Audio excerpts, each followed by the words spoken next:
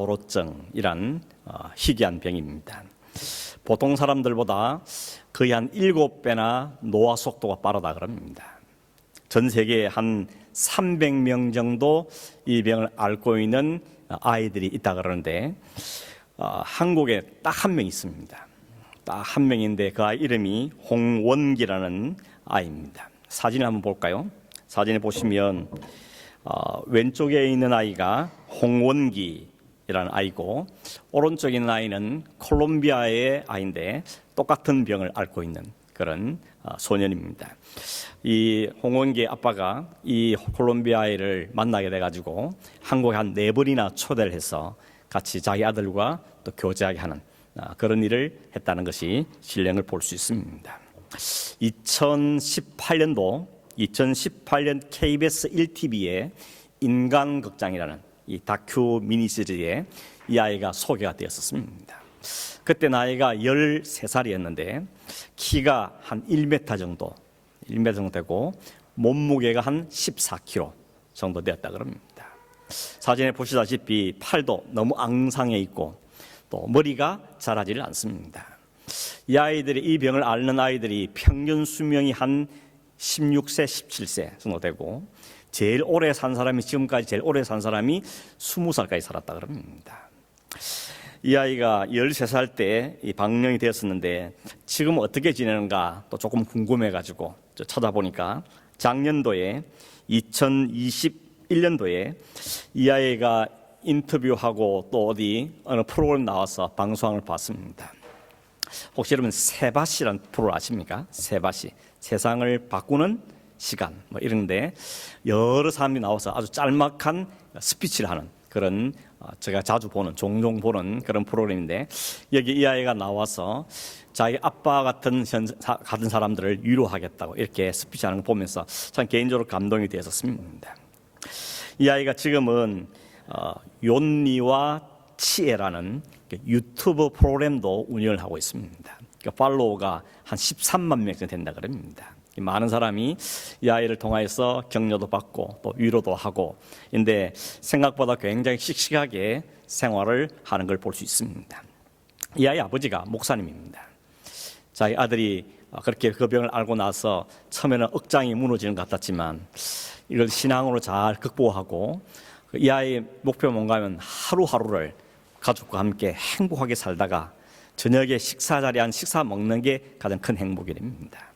언제 내 인생이 마감할지 모르지만 그날까지는 가족과 함께 행복하게 살고 싶다 이런 이야기를 하고 또 자기와 같은 병을 앓는 사람들에게 희망이 되는 사람이 됐으면 좋겠다 이런 꿈을 가지고 있고 이 아이가 농구를 좋아한답니다. 그래서 농구하는 게 꿈이라고 이런 이야기를 하는 걸 볼 수 있습니다. 제가 가족 사진도 봤는데 굉장히 행복한 표정으로 가족 사진을 찍은 걸 봤는데 그렇지만 한편으로 생각하면 이 부모님들의 마음이 어떻겠습니까? 1m 자라고 더 이상 자라지 않는 아이 자기보다 훨씬 그때 진단한 나이가 80세로 나왔다 그럽니다. 이제 겨우 10대인데 신체 나이는 80세니까 이 아이를 바라보는 부모의 마음이 참 힘들지 않겠는가 하는 생각이 들었습니다. 이 아이를 꺼낸 이유가 뭔고 하면 오늘 이 히브리서 우리가 5장 끝부분부터 6장을 읽고 있는데 이 히브리서 성경을 쓴 저자가 이 편지를 읽는 사람들에 대해서 이런 마음을 갖고 편지를 쓰고 있다는 것입니다. 겉으로 보기에는 멀쩡하지만 영적으로는 자라지 않는 영적인 조로증에 앓고 있는 이런 성도들 바라보면서 굉장히 안타까운 마음을 표현하고 있습니다. 전번에 말씀드렸지만 이 히브리서라는 성경은 네로와 도미티아누스를 잇는 이런 기독교에서 특별하게 박해를 심했던 그 시기에 살던 사람들한테 믿음에 떨어지지 말고 신앙을 포기하지 말고 분명한 확신을 갖고 살라고 격려하게 써진 편지가 히브리서입니다. 그러다 보니까 이 히브리서 기자가 이 성도들이 당하는 어려움을 이길 수 있는 유일한 방법으로 제시한 게 뭔가 하면 예수를 생각하는 것입니다. 예수를 잘 생각하라. 네로도 생각하지 말고 도미티아누스도 묵상하지 말고 사람을 묵상하거나 환경을 묵상하지 말고 나를 구원하신 그 예수님, 그분이 누구신지, 그분이 나의 구원에서 뭘 하셨는지, 이분을 위해 내가 과연 내 생애 전체를 걸어댈 것인가 하는 점들을 깊이 생각하고 그 예수를 알고 경험하고 알아가기를 바란다는 겁니다. 그게 이 어려움을 겪어낼 수 있는, 이길 수 있는 유일한 방법이라고 제시하고 있는 겁니다. 그러다 보니까 히브리서의 전체 내용은 계속 뭘 이야기하는가 하면 예수가 누구신가, 예수가 얼마나 위대하신 분인가, 우리가 전생을 걸어도 충분할 만큼 위대하시고 탁월하신 분을 드러내고 소개하는 것이 히브리서의 목적이라고 볼 수가 있는 것입니다. 그런 목적이 있는 거죠. 만일 이 사람들이 예수 그리스도가 누군지를 정확하게 알고 그 예수의 믿음이 확실하다면 이 어려움이 와도 능히 이겨낼 텐데, 이 믿음이 없으니까, 이 믿음에 자라지 못하니까 이 어려움을 극복하지 못하고 있는 것을 진단하고, 이 사람들이 이 편지를 통하여서 그들에게 이 예수 그리스도를 강조하고 있는 것입니다. 결국 핍박이 문제가 아니고 이 핍박을 이겨낼 만한 힘이 없는 게 문제라고 진단한 겁니다. 우리도 마찬가지죠. 문제가 없는 인생이 어디 있습니까? 그러나 그 문제를 뛰어넘고 이길 수 있는 실력이 있으면 우리가 그걸 감당해낼 텐데, 그 실력이 못 미치면, 문제보다 못 미치면 우리는 넘어지고 시험에 드는 일들을 경험하게 되는 것입니다. 이 히브리서 기자가 예수 그리스도의 탁월함을 증명하고 드러내기 위해서 쓴 방법이 뭔가 하면, 그 당시 사람들이 존중하고 또 그렇게 귀하게 여기는 사람들을 끌어다가 이분들과 예수 그리스도를 비교하면서 그리스도가 얼마나 탁월한지를 설명하는데 방법을 사용하고 있습니다. 그래서 1장에 보면 누구를 등장시키고 하면 천사를 등장시킵니다. 이 당시 사람들은 천사를 어떻게 생각하는가 하면 하나님과 인간 사이를 오가면서 하나님의 메시지를 전달하는, 우리가 도무지 범접할 수 없는 신비한 존재로 생각을 했습니다. 그래서 더 나아가면 그 천사한테 예배하고 그 천사한테 부탁하고 그 천사를 숭배하는 사상이 이 가운데 있었던 겁니다. 히브리서가 그럽니다. 그래, 그럼 천사와 그리스도 한번 비교해보자. 그리스도에게는 천사와 비교할 수 없는 하나님의 아들이라는 이름이 있다는 것입니다. 그리고 천사는 하나님을 섬기기 위해서 지은 존재지만 예수 그리스도는 하나님 그분이라는 것이죠. 천사는 하나님으로부터 지음을 받은 피조물이지만 그리스도는 창조주시라는 것, 이걸 비교하면서 예수 그리스도와 천사는 비교할 수만큼 그리스도가 탁월하다는 것을 이야기했습니다. 두 번째 등장시키는 인물이 누군가 하면 모세입니다.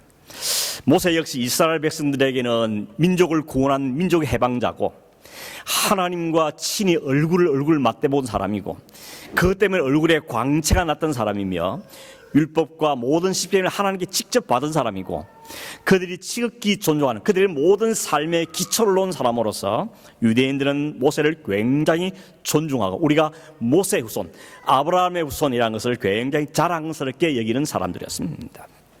히브리서 기자가 그렇다면 모세와 그리스도를 한번 비교해보자는 겁니다. 모세가 신실하다는 것 인정한다는 것이죠. 그러나 어떤 위치에 신실했냐? 모세는 하나님 나라에, 하나님의 집에 종으로서 신실한 사람이었던 겁니다.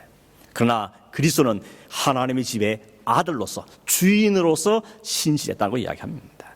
똑같이 신실했지만 한 사람은 종으로 신실한 거고 한 사람은 주인으로 신실했다는 겁니다. 어떻게 비교가 되겠냐는 것이죠. 그리스도는 모세와도 비교 안 될 만큼 탁월하시고 위대하신 분이라는 것을 이야기했습니다. 세 번째로 등장시키는 인물이 누군가 하면 대제사장입니다.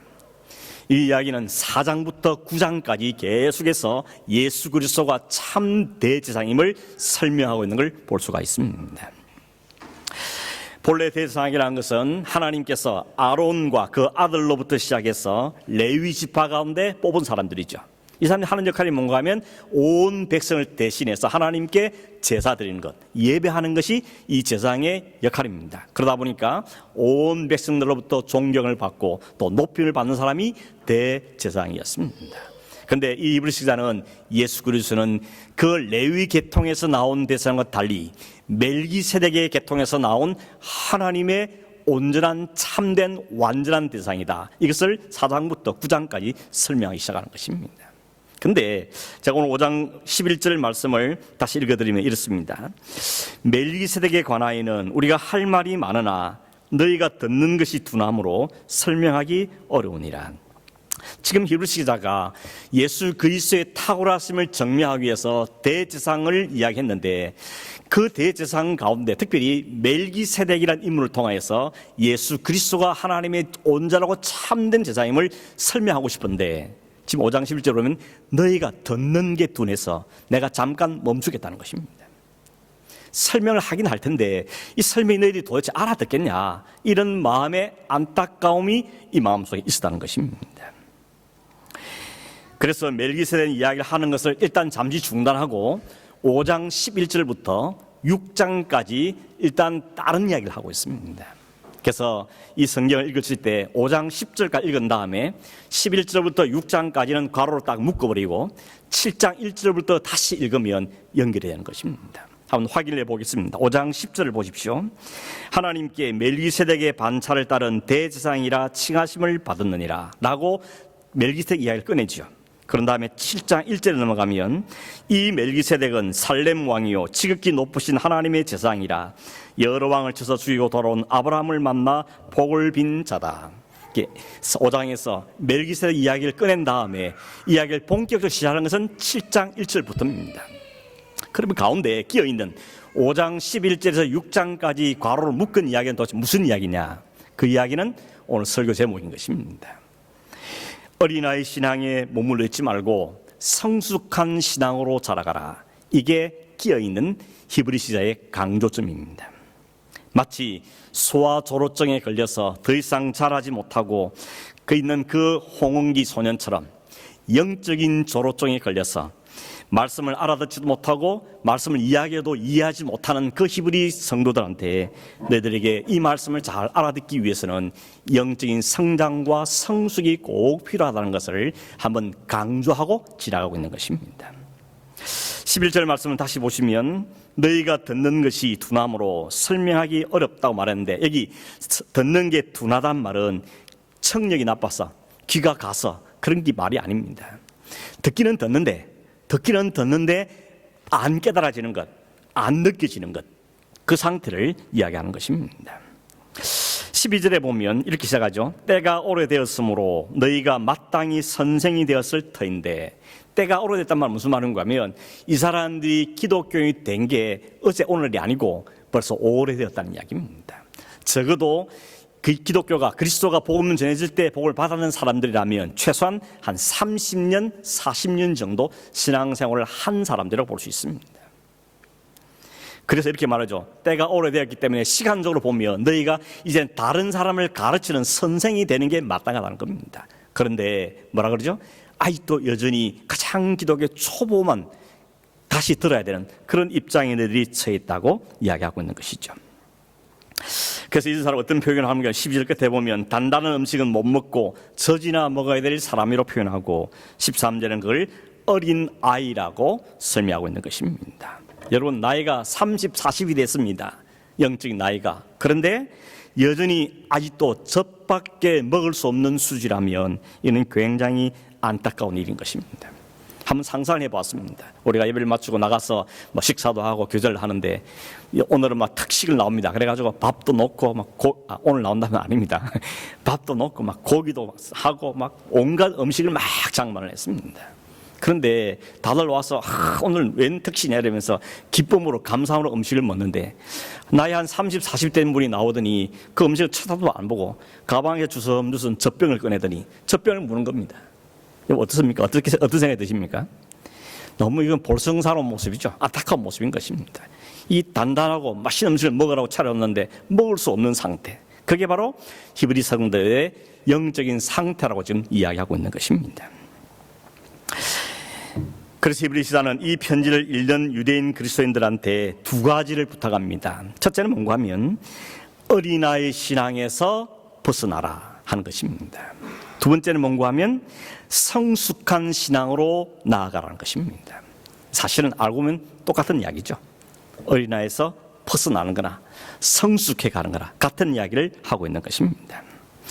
왜 어린아이의 신앙에서 벗어나야 되는가? 어린아이 신앙의 위험성이 뭐냐는 겁니다. 여러분 우리가 물론 예수를 믿고 나서 첫 출발은 다 어린아이로 시작하는 것이죠. 젖을 먹을 수밖에 없는 수도로 출발합니다. 그러나 정상적인 사람이라면 그는 자라는 게 마땅한 겁니다. 성장하는 게 마땅합니다. 그래서 이유식 먹다가 또 밥도 좀 먹기 시작하다가 또 단단한 고기도 씹고 오징어 뜯고 이렇게 단단한 음식으로 자라는 것이 성장의 표현인 것입니다. 그런데 만일 전혀 자라지 못하고 영진 어린아이의 상태가 계속된다면 이거는 심각한 문제가 있는 것이죠. 여러분, 어린아이의 특징이 어떤 것입니까? 어린아이의 특징을 가만히 보면 굉장히 자기중심이죠. 나밖에 모릅니다. 그냥 나만 중심이죠. 뿐만 아니라 어린아이의 생각들은 판단력이 떨어지기 때문에 이게 좋은 건지 나쁜 건지 판단을 못합니다. 그래서 젓가락으로 그냥 콘센트 찌르는 거 아니겠습니까? 한번 찌릿해야 아이고 하면 안 되는구나 깨닫게 되는 것이죠. 아이들이 판단이 떨어지는 겁니다. 더구나 아이들은 굉장히 의존적이죠. 부모의 도움이 없으면 아무것도 할 수 없는 게 어린아이의 특징인 것입니다. 요구하는 것도 많습니다.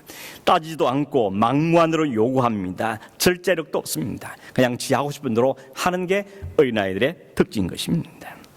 더군다나 선과 악에 대한 분별이 없기 때문에 쉽게 유혹에 넘어갑니다. 그리고 악한 것에 끌려갑니다. 그냥 손에 과자 하나 쥐어주면 아무 아저씨나 따라가는 게 어린아이의 성숙하지 못한 아이들의 특징이라는 것입니다. 그래서 히브리서는 우리에게 뭘 강조하냐면 영적으로 자라가야 된다. 영적으로 성숙해야 되는 것을 이야기합니다. 늘 그 상태에 머무르는 것은 곤란하다는 것입니다. 물론 이 말이 단순히 지식만 늘어간다는 말은 아닙니다. 성경을 알다 보니까 많이 들어가지고 성경 지식이 쌓인다. 그 정도 수준이 아닙니다. 머리로 알고 가슴으로 느끼고 삶으로 실천하는, 그래서 전인적으로 성숙되는 성장하는 것을 이야기하는 것입니다. 그러면 많은 어려움이 와도 넘어갈 수 있는 것입니다. 내가 컸기 때문에 조그만 어려움이 와도 그것을 뛰어넘고 견딜 수 있는 능력이 생긴다는 것입니다. 그게 안 되니까 지금 히브리 교인들은 로마 황제의 압박이 시작되고 유대인들이 막 핍박하니까 굳이 우리가 그리스도까지 믿을 필요가 있겠냐, 유대교도 하나님 있는데, 그러면서 유대교로 다시 돌아가는 움직임이 생기고 그들이 지하에 숨을 뿐만 아니라 기도 신앙을 포기하는 사람들까지 생길 일이 벌어졌다는 것입니다. 그러고도 자기들이 그런 일 하는 것이 얼마나 어린아이 같은 짓인지를 이해하지를 못하고 있는 상태인 것입니다. 히브리서 기자는 신앙적으로 어린아이와 성장하지 못한 사람을 비교하면서 먹는 것으로 비교를 하죠. 그래서 어린아이는 젖밖에 먹을 수 없고 장성한 성숙한 사람은 단단한 것도 먹을 수 있다라고 먹는 것으로 비유를 하고 있습니다. 말씀에 대해서 어떻습니까? 우리가 하나님 말씀을 읽고 묵상할 때 다 복준다, 잘된다, 건강하다, 형통하다 이런 것만 빨간 줄 치고 그게 어린아이인 것입니다. 성경 말씀은 그런 말씀이 있는 것이 아니고 이런 말씀도 있습니다. 빌립보서 1장 29절을 보십시오. 그리스도를 위하여 너희에게 은혜를 주신 것은 다만 그를 믿을 뿐 아니라 또한 그를 위하여 고난도 받게 하려 하심이라.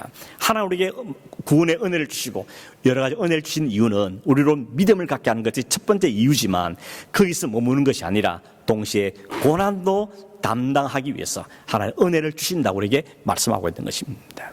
이 말씀을 듣고 내 마음에 새기고 내 것을 소화를 시켰다면 어려움이 올 때 이게 그거구나 생각하고 그 고난 가운데서 그걸 견뎌낼 수 있는 것입니다. 근데 그게 소화가 안 되고 그게 그냥 단단한 음식을 밀어버리면 결국 그게 넘어갈 수밖에 없다는 것을 이야기해 주고 있는 것이죠.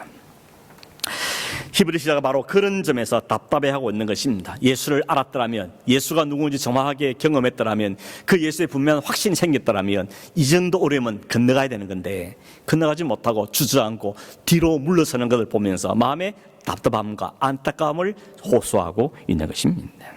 여러분, 베드로를 한번 생각해 보십시오. 베드로가 자기가 예수님을 따르겠다고 길을 나섰습니다. 그물도 버리고 친척도 아버지들 데리고 다 버리고 주님을 따랐습니다. 그런데 처음에는 신났는데 좀 가다 보니까 어느 날 예수님이 갑자기 이런 이야기를 합니다. 내가 이제 예루살렘 가면 십자가를 진다. 십자가를 져야만 한다. 그리고 너를 죽어야 한다고 이야기합니다. 그랬더니 베드로가 뭐라고 합니까? 안 됩니다. 그를 절대 하면 안 됩니다. 죽기는 왜 죽습니까? 그러면서 예수님을 꾸짖다 그랬습니다. 영적으로 그 말씀이 이해가 안 되니까 그 십자가가 뭔지, 십자가를 지는 게 무엇인지, 왜 주님이 십자가를 치자 하는 것인지, 그 십자가를 진다는 게 나에게 무슨 관계가 있는지 베드로 아직은 소화를 못하기 때문에, 이해를 못하기 때문에 그런 하면 안 된다고, 주님 왜 죽긴 죽냐고 이렇게 주님을 꾸짖었던 베드로였습니다. 그런데 여러분, 베드로가 어떻게 죽었다 그랬습니까? 베드로는 그래야 하면 마지막에 십자가에 거꾸로 매달려서 순교했다 그럽니다. 내가 나를 위해 주신 그 주님처럼 어떻게 죽냐? 나는 거꾸로 매달아 달라. 그래서 십자가에 거꾸로 매달아 죽었다고 이야기합니다. 뭘 이야기해 줍니까? 십자가의 의미를 안 겁니다. 이제 왜 십자가 중요한지, 내가 십자가를 진 날에 어떤 의미를 갖고 있는지를 이 베드로가 이해를 한 겁니다. 소화가 된 겁니다. 영적으로 성숙한 것입니다. 그래서 기꺼이 십자가를 지는 삶을 살게 되더라는 것입니다. 갈라디아서 2장 20절에 보면 사도 베드로 바울도 이렇게 고백합니다. 우리는 잘 아는 말씀이죠. 같이 한번 읽어볼까요? 시작. 내가 그리스도와 함께 십자가에 못 박혔나니 그런즉 이제는 내가 사는 것이 아니요 오직 내 안에 그리스도께서 사시는 것이라. 이제 내가 육체 가운데 사는 것은 나를 사랑하사 나를 위하여 자기 자신을 버리신 하나님의 아들을 믿는 믿음 안에서 사는 것이라. 이 말씀이 여러분 아멘이십니까? 이 말씀을 믿음으로 받아들이고 나에게 동일한 고백이 되어지면 그 사람은 그만큼 성숙된 사람이라고 말할 수가 있을 겁니다. 물론 여러분 처음부터 다 이해가 되고 처음부터 다 믿어지고 그런 사람은 없죠.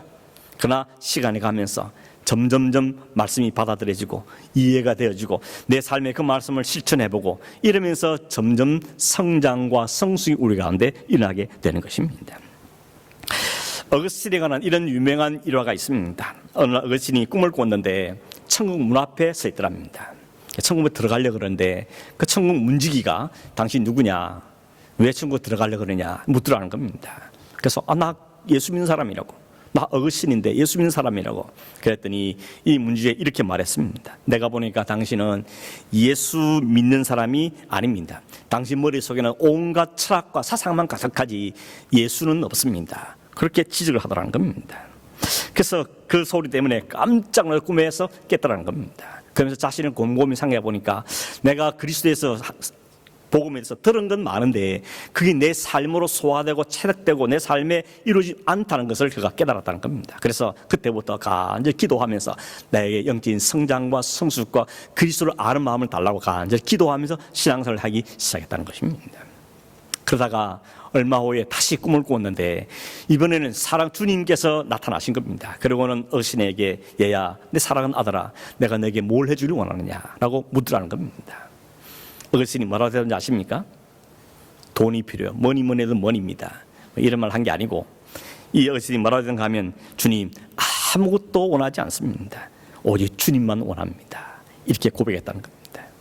여러분 뭘 좀 달라 그러지, 돈도 좀 달라 그러고 또 사업도 좀 잘 되게 이걸 다 주신다는데 그런 거 구하면 뭐 나쁜 거겠습니까? 근데 이제 그는 성숙돼 버린 겁니다. 돈보다도 명예보다도 어떤 인기보다도 주님을 아는 게 가장 중요하다는 것을 아는 것이죠. 그만큼 그 성숙되었다는 것입니다. 여러분 예수님을 제대로 믿으면 이렇게 성숙이 우리에게 오게 되어 있습니다. 처음부터 되는 건 아니겠지만 그러나 여전히 그 자리에 있을 수 없고 시간이 가면 갈수록 우리의 생각이 바뀌어지고 우리의 목표가 달라지고 우리의 가치관이 바뀌며 우리의 삶의 스타일도 바뀌는 변화가 일어나게 되어 있습니다. 예수를 만난 사람은, 예수를 알아가는 사람은 이 삶의 변화가 있는 게 너무 당연한 것입니다. 지금 히브리 그리스도인들이 고난이 오자 믿음이 흔들리고 유대교로 돌아가겠다 이런 움직임이 생기는 이유는 결국 신앙의 연수는 오래됐지만 결국 아직도 예수께서 눈이 열리지 않았어. 그 예수의 말씀이 나에게 이해가 안 되고 소화가 안 됐어.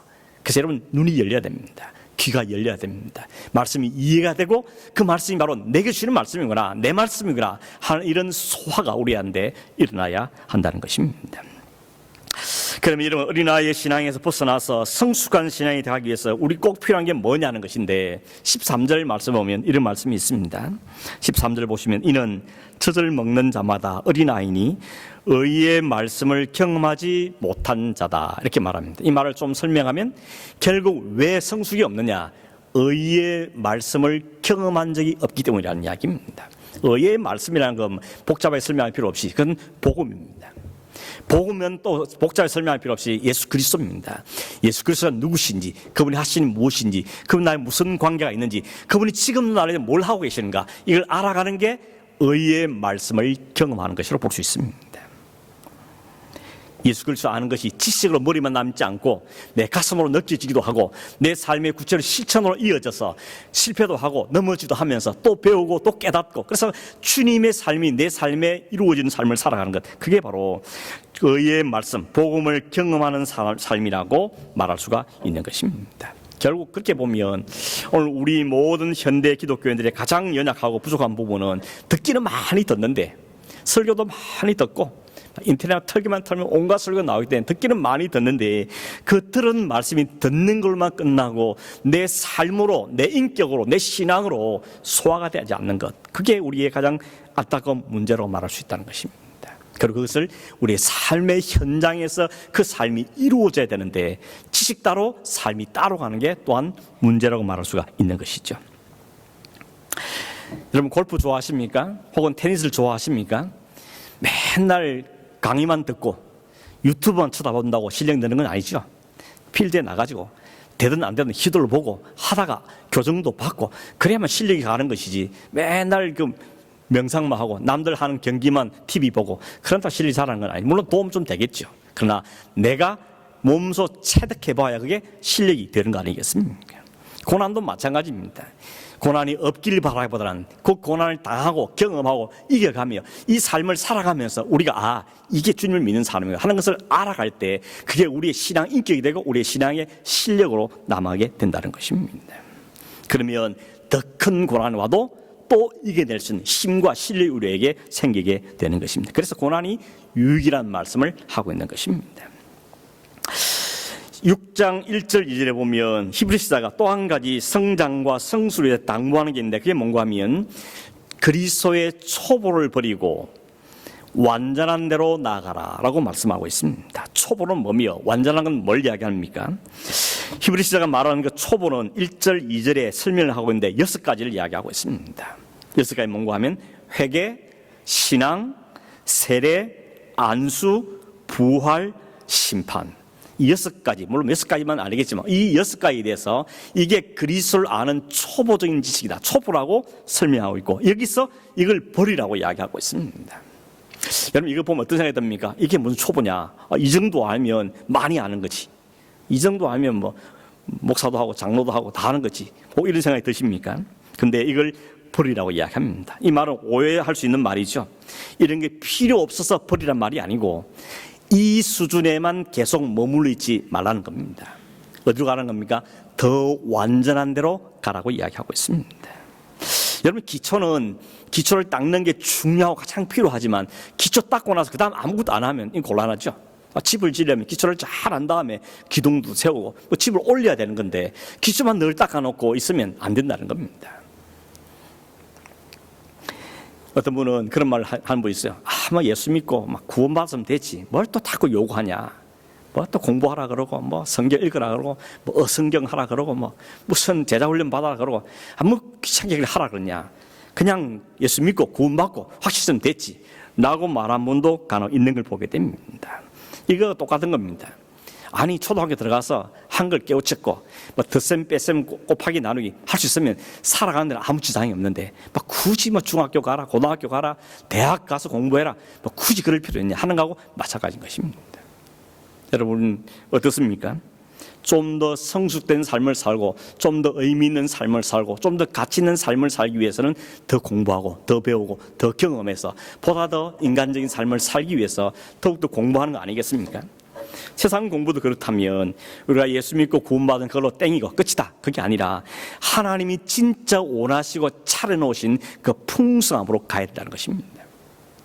여러분, 하나님께서는 우리가 구원받고 끝이라는 데 머무는 걸 원하지 않으시고 그 생명의 풍성함을 누리라고 말하는 것입니다. 온갖 좋은 걸 준비하시면서 이 하나님의 누리시는 이 풍성함을 누리라고 우리 말씀하는데, 그것만 괜찮고 그냥 막 먹고 사는 정도면 됩니다. 그걸 하나님 원하신 게 아니라는 것입니다. 하나님이 아마 섭섭해 하실 겁니다. 내가 늘 주는 것은 이보다 훨씬 더 귀하고 훨씬 더 중요하고 가치 있는 것이 있는데 이거 배우고 싶은 마음이 없냐, 이거 누리고 싶은 마음이 없느냐, 저는 우리에 그렇게 호소하고 계시는 것입니다. 그게 바로 성숙한 완전함이라고 말할 수 있는 겁니다. 홍길은 완전하단 말을 이렇게 오해하시면 안 됩니다. 죄 안 짓고 바르게 살고 거짓말 안 하고 나쁜 생각 안 하고 예배는 한 번도 안 빠져먹고 말씀 묵상 잘하고 모든 사람과 다투지 않고 그런 사람은 없습니다. 그런 사람은 없습니다. 그런 완전한 말은 어떤 말입니까? 완전한 말은 그리스도를 닮아가는 것을 이야기하는 것이죠. 그래서 영어 성경에는 퍼펙트라 말하지 않고 멀추어라고 이야기했죠. 성숙돼 가는 것, 조금씩 주님을 더 닮아가는 것, 생각도 주님을 조금 더 닮아가고 아는 지식도 주님을 좀 더 알아가고 주님 비슷한 삶으로 점점 한 걸음 한 걸음 나가는 것, 그게 바로 완전한 대로 간다는 겁니다. 완전한 분은 주님밖에 없기 때문에 주님께 가까이 가는 것, 주님을 닮아가는 것, 주님이 삶이 내 삶에 이루어져 가는 것, 그걸 가르쳐서 완전한 대로 가는 성숙한 삶을 사는 성도라고 우리에게 이야기하고 있는 것입니다. 베드로 3장 18절에 베드로가 자신의 젊은 시절에 그 뼈저린 실패를 경험하면서 우리에게 당부하길 이렇게 말합니다. 오직 우리 주 곧 구주 예수 그리스도의 은혜와 그를 아는 지식에서 자라가라. 머물러 있지 말고 자라가라고 이야기합니다. 사도 바울 역시도 이렇게 말하죠. 빌립보 3장 8절에 보시면 또한 모든 것을 해로 여김은 내 주 그리스도 예수를 아는 지식이 가장 고상하기 때문이라. 내가 그를 위하여 모든 것을 잃어버리고 배설물로 여김은 그리스도를 얻기 위해서라 말합니다.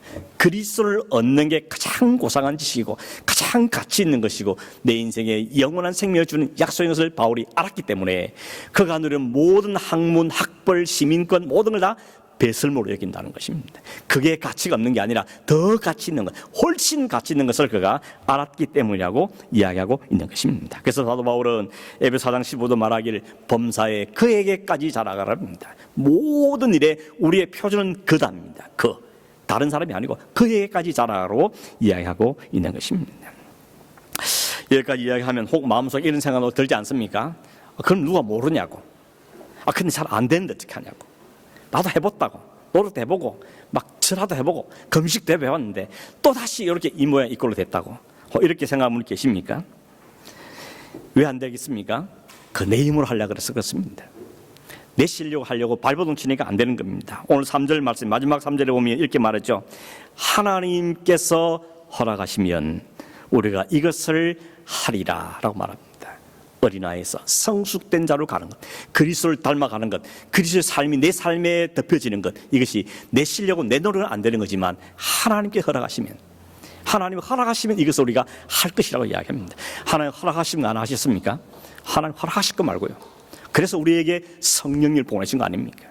성령을도 우리 안에서 깨닫게 하고 깨우치게 하고 죄를 느끼게 하고 하나님의 헌신 삶이 무엇인지 배우고 하는 것, 이 모든 역사가 내 실력 되는 것 같아도, 내가 공부해서 되는 것 같아도 그게 아니고 우리 안에 깨닫게 하시는 성령의 역사로 이 일이 이루어지고 있음을 우리 분명하게 말씀하고 있는 것입니다. 여러분, 주님께 여러분을 잘 맡기시길 바랍니다. 주님, 나를 좀 잘 다듬어 주십시오. 제가 좀 잘 자라 좀 도와주십시오. 나를 좀 이끌어 주십시오. 그럼 또 어떤 분 이렇게 해요. 그럼 우리가 할 게 아무것도 없냐? 아무것도 안 해도 되냐? 이렇게 말하는데 그건 하나는 알고 둘은 모르는 거죠. 오늘 7절 8절 말씀 읽지는 않았지만 7절 말씀을 한번 보시면 이렇게 되어 있습니다. 땅이 그 위에 자주 내리는 비를 흡수하여 밭가는 자들이 쓰기에 합당한 채소를 내면 하나님께 복을 받고, 만일 가시와 엉겅퀴를 내면 버림을 당하고 저주함에 가까워 그 마지막은 불사람이 되리라. 여기 땅은 뭘 가리키는 것 같습니까? 우리를 이야기하는 것입니다.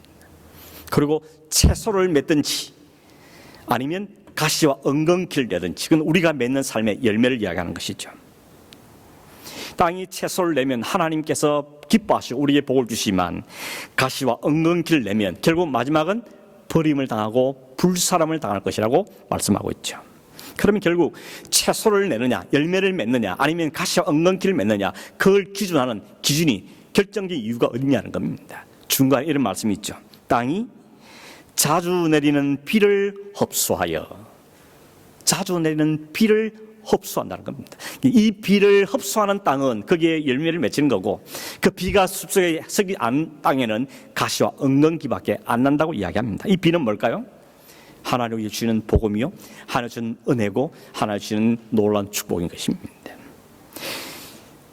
제가 보면 참 재미있는 표현이 뭔가 하면 자주 내리는 비랍니다. 요즘 비가 너무 많아서 탈이긴 한데 비가 자주 온답니다. 비가 없는 게 아니라는 것이죠. 자주 내리는 비를 흡수하라는 거 이야기합니다. 하나님의 은혜의 비가 우리 가운데 자주 임하는데 그 밑에 가서 비를 맞으라는 이야기인 것이죠. 그게 뭐겠습니까? 은혜의 자리에 가라는 이야기죠. 예배하는 자리에, 말씀을 읽고 듣는 자리에, 말씀을 묵상하는 자리에, 말씀 따라 사는 자리에 우리 자신을 거기 자꾸 노출시키라는 것입니다. 우리가 어디 있냐 그렇게 참 중요한 것이죠. 은혜 받을 만한 곳에, 은혜를 받을 만한 시간에, 그 시간을 지키며 그 장소에 가 있는 게 우리가 은혜를 받을 수 있는 좋은 비결인 것을 우리에게 말씀하고 있는 것입니다. 여러분, 주일 한 번 예배로 풍성하겠다, 만족하겠다 쉽지 않을 겁니다. 여기는 경험해서 알지 않습니까? 주일 한 번 예배로 내가 그리스도의 풍성한 삶을 살아내겠다, 쉽지 않습니다. 만만치 않습니다. 그래서 주님은 우리에게 매일의 양식을 이야기하는 거 아니겠습니까? 만나를 일주일치 거두지 말고 매일 아침 나가서 거두라는 이유가 뭐겠습니까? 우리의 그 하나의 은혜가 매일 필요하다는 것입니다. 매일의 은혜가 없으면 우리는 굶어 죽습니다. 망한다는 것이죠. 그래서 여러분, 주일 예배뿐만 아니라 말씀을 읽고 듣고 기도하고 모르면 배우고 삶에서 실천해보는 이런 삶을, 은혜의 자신을 놓치시는 게 중요하다는 것입니다. 내가 이뤄낼 수는 없지만 그 은혜의 비 앞에 자신을 내어드리는 것은 우리가 해야 될 일이라는 것입니다. 또 한 가지 11절에 보시면 이런 말이 있습니다. 우리가 간절히 원하는 것은 너희 각 사람이 동일한 부지런함을 나타내어 끝까지 소망의 풍성함에 이르기를 바란다. 여기 중요한 단어가 부지런함입니다. 여러분, 예수 믿는 사람 부지런해야 되는 건 너무 당연한 이야기죠. 왜냐하면 일반 삶 사는 거 우리가 똑같이 삽니다. 가정을 돌보고 일도 해야 되고 뭐 여러 가지 해야 되는 똑같이 일을 합니다. 근데 거기다가 덧붙여서 주일 되면 교회도 와야 되고 말씀도 읽어야 되고 뭐 순모임도 가고 또 다른 사람 섬기도 하고, 그러다 보니까 두 배로 열심히 안 내면 신앙생활 제대하는 것이 불가능하지 않습니까? 그래서 부지런하라고 이야기하는 것입니다. 이런 표현이 있죠. 동일한 부지런함으로, 이런 표현이 있죠. 동일한 말은 처음 시작은 잘했는데 나중에 시지부정 말고 한번 시작했으면 끝까지 가는 걸 이야기하는 겁니다. 중간에 포기하지 말고 포기해도 다시 시작하고, 그래서 하나님의 관계를 다시 부지런히 하는 것이죠. 거의 근거가 뭔가 하면 소망이기 때문에 그렇습니다. 마지막에 줄 그 소망을 붙잡고 그 소망 때문에 이 걸음을, 이 길을 걸어가게 되는 것이 바로 부지런함의 이유가 된다는 것입니다. 오늘 열심히 일하고 일주일 열심히 하면 이만큼 벌 거고, 이만큼 벌면 자녀를 어떻게 교육시킬 수 있고 어떤 집을 마련할 수 있고, 여러분의 꿈이 있으니까 열심히 일하는 거 아니겠습니까? 그런 꿈도 없이 열심히 일하는 것은 얼마나 허무한 일이겠습니까? 우리가 주를, 은혜의 자리 자신을 내 노출하고 부지런히 주님을 닮아 애를 쓰면 주님이 열매가 내 삶에 맺힐 것을 기대하는 그 꿈을 갖고 소망을 갖고 우리가 매일같이 성실하게 사는 삶을 살 것을 요구하고 있는 것입니다. 말씀을 맺습니다. 여러분, 묻겠습니다. 여러분의 영적인 상태는 어디쯤 왔다 생각하십니까? 병원 가고 어디 가면 꼭 호주에는 0부터 10까지 몇 점이냐고 이렇게 묻죠. 만족도가 뭐 5입니까 10입니까 묻는데, 여러분 영적 상태는 0부터 10까지 몇 점이십니까? 대답하는 말 아닙니다. 속으로 그러나 정직하게 자신의 삶은 점수를 매겨보십시오. 나는 영적인 어린아이 상태부터 그리스도의 장성한 분량까지 그 사이에서 몇 점쯤 될까? 그걸 진단되었다면 점수 올려야 되죠. 점점 가까이 가셔야 되는 겁니다. 어린아이 신앙에 계속 머물러 있으면 우리는 계속해서 이 유혹과 시험에 노출되고 이겨내지를 못합니다. 쓰러지고 넘어지고 비판하고 불평하고 신앙을 던지고, 이런 일이 우리에 일어날 수밖에 없습니다. 그래서 우리가 자라야 됩니다. 성숙돼야 됩니다. 좀 더 단단한 것도 먹을 수 있는, 좀 더 어려운 시험도 감당할 수 있는 믿음의 자로 우리가 성숙되져 가야 한다는 것입니다. 그분을 닮아가야 한다는 것이죠. 어제보다는 오늘이, 오늘보다는 내일이, 작년보다는 내년이 이렇게 점점점 성숙되고 자라가는 그런 신앙의 삶을 살아가서 오늘 이 히브리 시사가 너무 안타까워서 하던 일 중단하고 이야기를 하는 이 마음을 우리가 잘 이해하고 우리가 주님 앞에 믿음으로 잘 성숙돼가는 저와 여러분 되기를 주의 이름으로 축원합니다. 기도하겠습니다. 고마우신 하나님 아버지, 감사합니다.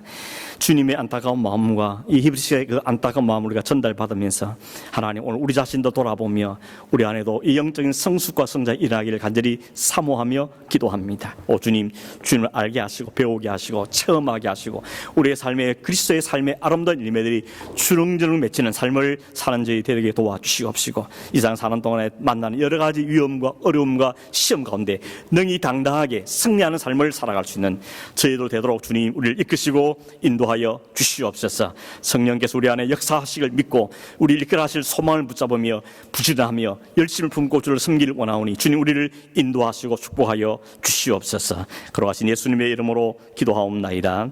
아멘. 함께 찬송하겠습니다.